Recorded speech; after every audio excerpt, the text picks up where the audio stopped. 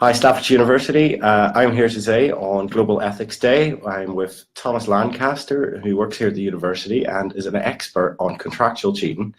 Now, the reason we're talking about it today is because it is Global Ethics Day, which is really about looking at how you ethically go through your academic career, being honest, and making sure that your work is yours. Because I'm sure you all know, whenever you complete a module or an assignment, you sign a piece of paper that says, this piece of work is mine. And it is completely my own work. But unfortunately, sometimes we do find that some students across the UK use these online websites where you can pay for someone to complete your assignment for you. But at the end of the day, it's not your work. It's not you that's earned the grade then. And it can have really negative effects on your entire career going forward or even finishing your degree.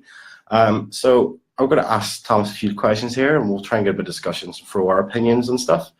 So I suppose the best place to start would be, what is contractual cheating, Tom? Okay, Darren, well, contract cheating is, I prefer to call it, although you're saying contractual. Oh, contract cheating, yeah. Purely because it's a term I came up with over 10 years ago, and it's stuck, and the day is the International Day of Action on Contract Cheating, so go with that day rather than to annoy you. But really, we're looking at when a student gets someone else to do their work for them. So for instance, it might be a student who goes on an essay mill, pays somebody, they get the essay back, they hand it in, but it's not their essay because someone else has done it, and so it's not something that we want to see. So there's all kinds of ways to get your work done for you. Get your friend to do it, you could find a friendly SU officer to do it for you. I'm sure there's no such thing. You know, you can find someone who's been on the course before. There's all these people who do your work, but the big problem with this is you're going to bypass the learning that you need for success, and it's the kind of thing that will come back to haunt you later on when you do another module, and it depends on you knowing the content from that earlier module. I suppose, yeah, and if you're caught doing this contract cheating at your time of study, I suppose best places for Staffordshire University students, what could be some of the consequences that happens through that contract cheating? Well, a lot of students do this because they think there's no chance of getting caught because they're getting something original and handing it in. But of course, students do get caught, and it's one of the most serious types of cheating that happens in a university, because there are certain things that you could do accidentally. So you could be writing an assignment, you could copy some stuff from the internet, you could mean to go back and change it later and reference it correctly and forget. And chances are you might get off relatively lightly if that happened, because it wasn't a deliberate attempt to cheat. But if you go and you pay someone else to do your work for you, it's very hard to argue that you've not done that deliberately. So the most serious consequence you can get is essentially being expelled from the university. So you've gone through all the effort, you've paid fees, and you don't have a degree, you don't have anything to show for it. Now, in fact, things can get more serious than that in some cases. Let's say, for instance, you're doing a law degree, you want to become a solicitor, and you cheat, then that ends up being reported to the law professional bodies, which means that you then can't go in and practice even if you go and study at another university. Well, and those like go across to policing degrees, health degrees, with all those sort of bodies that look at, that students have to register to whenever they want to go into a professional or career in those areas. Yeah, well, any of these professional degrees, nursing very much so, because it's all about patients' health and putting people at risk, and you don't want a nurse who you can't trust to prescribe the right amounts of medication, or dispense, I should say, rather than prescribe there. And I wouldn't be surprised if many other sectors start asking for universities to report that to them in the future as well, because professional bodies for nearly every course. And I suppose because of my position, I be the student representative on academic misconduct panels. And whenever we do see plagiarism ones come through, the university, and almost all universities, have a very extensive program that they run the work through, and it brings back all searches from like the internet, journals, books, and it tells us the percentage of your work that has been taken from different journals or online sources. So we know how much has been copied and pasted. And it does happen quite regularly, more than you'd expect, actually. I think the Telegraph did an article back in January and claimed that 20,000 students across the UK are paying for people to do their work for them, and a lot of these people are getting caught. So it can have quite serious effects on your academic career, it can have quite serious effects on your professional career. As Thomas was saying, like, you could lose your job, you could lose any chance of a career in certain areas.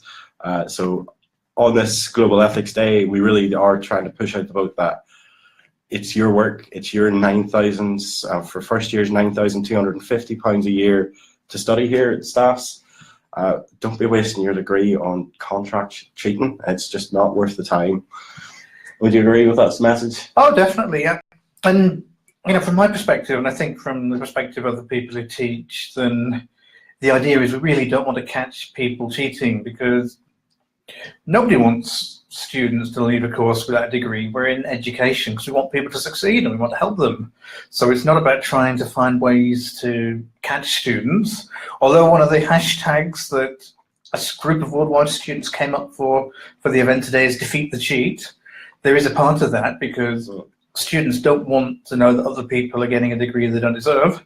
But the other hashtag, excel with integrity, and for us it's very much about helping people to excel.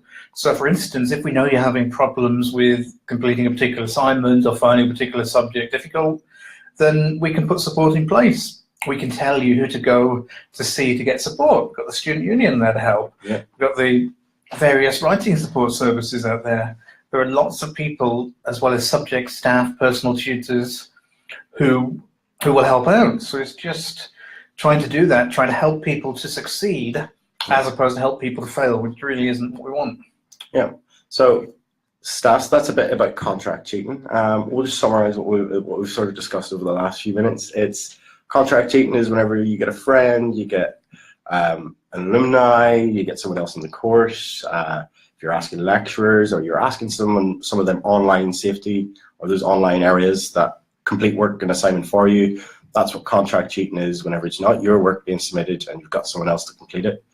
We were discussing some of the negative effects there, like if you're caught during your time at university and you're paying all that money, £9,000 a year plus, you could be expelled from the university if you're caught contract cheating. And then we looked a bit at the professional career after university if you've been caught contract cheating. If you're a nurse, you're going into law and those sort of areas, you could lose your career because it's not honest.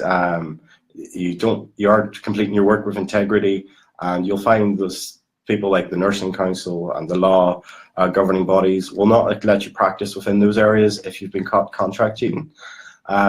Obviously, we've understood that some areas of the contract cheating or why students would go towards that is because you're struggling with your course. You may be finding it quite hard, or you may have a lot of pressures going on, stress from outside of your academic life, and you don't feel you don't have the time. So it's about looking at what support's available, looking after your mental health, coming and finding advice and support from lecturers, from academic staff, from your student union. The Enabling Centre and Cadman is another area to get support. So if you ever are struggling, do come and find the support that's necessary. We're all here to help you and we're all here to listen. But we're also saying that we will not cheat within our own work and assignments. Any last messages, Phil? Yeah, and what we really want to do today, today's Global Ethics Day, so we've got universities all around the world taking part. They started out in countries like Australia, really in what would be the UK, it would be the end of yesterday in those countries. It will be continuing on. Countries in North America, or I should say universities in North American colleges, are sort of joining now as they start to get going for their day. So there's a whole host of really interesting stuff going on. And what we really want to do is get students to take the lead here.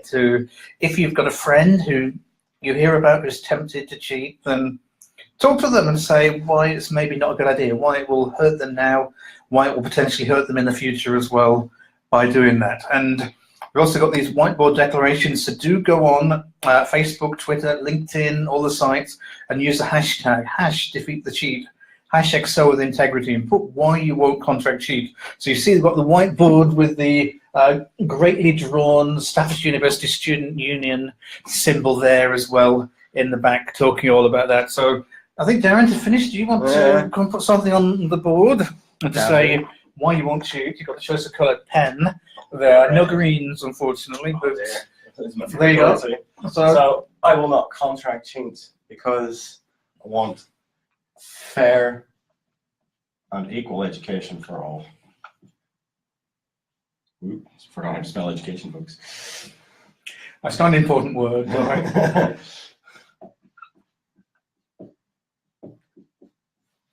There we go. All right. Cool. So thank you for listening. Thank you for watching today, folks. That is a bit about contract cheating. Thomas actually works here at the university, and if you ever want to find out a bit more about what contract cheating is or how you can get involved to help stop it here at Staffs, contact myself or contact Tom, or if you're looking to find Tom, give myself a shout and I will get you in contact with him. Thank you very much for listening, folks, and remember to defeat the cheat.